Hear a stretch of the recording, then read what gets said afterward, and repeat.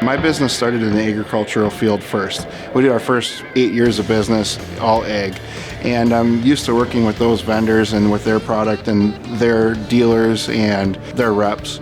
And when we added semis to our business, and then later added rebuilding outside people's work, outside engines, the way that Caterpillar, the dealer network, the way that the reps and all that works together, that was very impressive. A few years ago, we were able to hire a full-time dedicated mechanic, and that's changed our business. It's helped us be more efficient for our own custom work.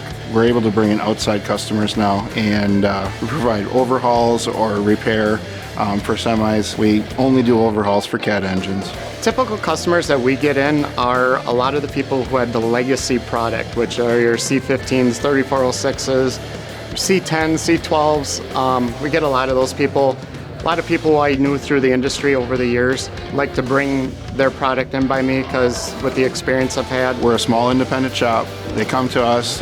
They knew my mechanic from his previous experiences. They sought him out, and these are people that I got to meet for the first time.